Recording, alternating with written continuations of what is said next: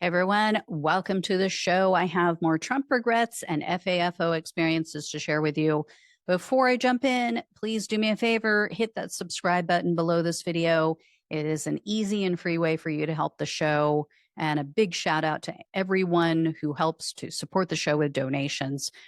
So on to the regrets. The first regretful Trump supporter, this person was profiled by USA Today.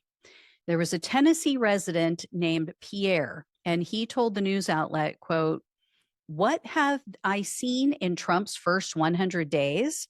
I've seen the chaos created in firing government employees, the on again, off again approach to tariffs, the appointing of cabinet members who are clearly, based on behavior, not qualified to be in the role, deporting individuals without due process, and using illegal importation of drugs and drug components from Mexico and Canada as a premise for onerous tariffs. I support the effort to manage our borders, especially with regard to illegal drugs.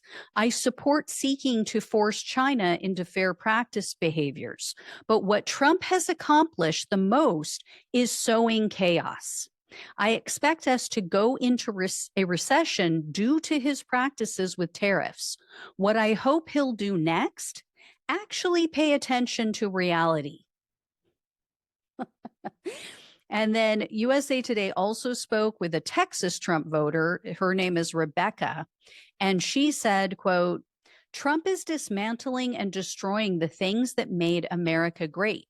Our founding fathers created America to be a constitutional republic. That is specifically what elevated America's glory above other countries and gave a unified pride to its citizens. I can't support anything that Trump has done or is doing because now I understand that his agenda is self-serving. The government he wants is not for the good of every person in America.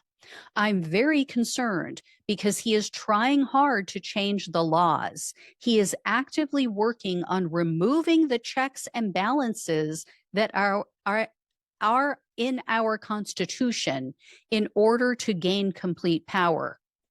I am also concerned about his cruel treatment of others. Trump wants to be a great global leader, but he lacks the true strength to be a great leader. He's arrogant and has no compassion for people. He refuses to take responsibility for things he has done wrong. Instead, he casts the blame on someone else. I voted for him, but I'm very worried now. Trump is ruining our economy. He's too irrational and radical in his actions for anyone with a brain to ignore. It is him and him alone who is crashing our economy." So, yeah, I'd say Rebecca regrets her vote. Now, there were a few people that they spoke with, I will admit, who were all on board, totally happy with Trump. So this is not just, across the board, people are regretting that they voted for him. But so much of what these people say, especially that Rebecca woman, could have been predicted. Like, we knew that Donald Trump was a vile person, a hateful person who has no compassion. Like, where were you? Where were you during his first term that you didn't recognize that? Anyway, next up is a woman who was so excited about Trump's win.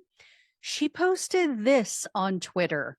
For those on the podcast, what I'm showing right now is a drawing of Trump. This is what she posted. He's standing in front of the White House, and it's captioned, "Daddy's home."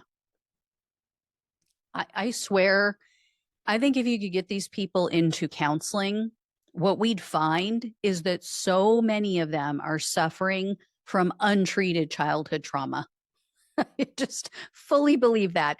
Anyway, her excitement didn't last long because on March 5th, she tagged Trump on Twitter and she told him, quote, "Today, my company laid off thousands of hourly workers and cut the salaried workers' pay by 20% because of your tariffs. I'm ashamed I voted for you. And then on April 23rd, she tagged Trump again.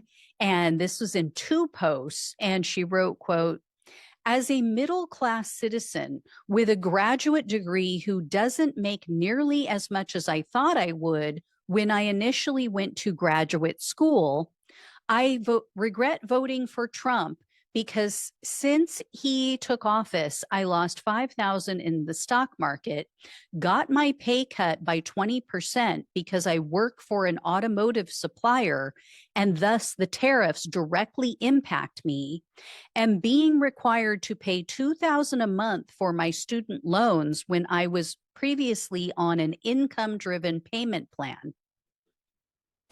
So, yeah, sounds like daddy came home and he put her on restriction and took away her allowance. There you go. Another Twitter user, guy named Johnny, he posted, quote, I voted for Trump. I have stood for and defended Trump, but I think he needs to consider the poor people who voted for him and quit screwing around with trades and work on bringing some prices down. Drill, baby, drill must not be working because gas is still almost $3 a gallon. And if I got to buy groceries, I'm in the store for 10 minutes and can walk out with bags in my hands, but I've spent over $100. We're still here, Mr. President, struggling to live in this land of plenty. Quit focusing on the rich folks and throw some crumbs to us poor dogs, or next time I might just vote differently. Over on Reddit, in a conservative group, someone replied to a post that criticized Trump, and this person said, quote, amen to that. So tired of people looking at Trump like he's God, and he's not, 3 exclamation points. And I am a conservative, but our country is in a mess.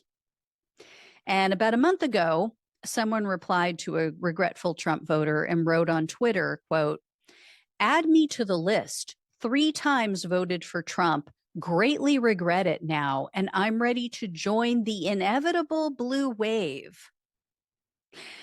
Last but not least for today, a man named Nick posted on Twitter on November 19th, and he said in part, quote, I'm glad that Kamala Harris lost, very cautiously optimistic about what might come next. That's how it started for Nick. Not even a full 5 months later, and here's how it's ending for Nick. He posted on Twitter again on April 8th, and he shared an image of the stock market carnage at that time, and Nick wrote, quote, I'm 61, and over the past 2 months, my 401k has lost 25% of its value. I'm always happy to contribute to the greater good, but can someone please explain to me how this helps anyone? Yeah. Still happy Harris lost, Nick? How'd that work out for you? Anyway, I will have more for you guys next week. I will definitely have more Trump regrets because they are still rolling in on a daily basis. So thank you all so much for watching and listening. Please like, please share, and subscribe. Please donate if you can. Love you all. Take care. Talk with you soon.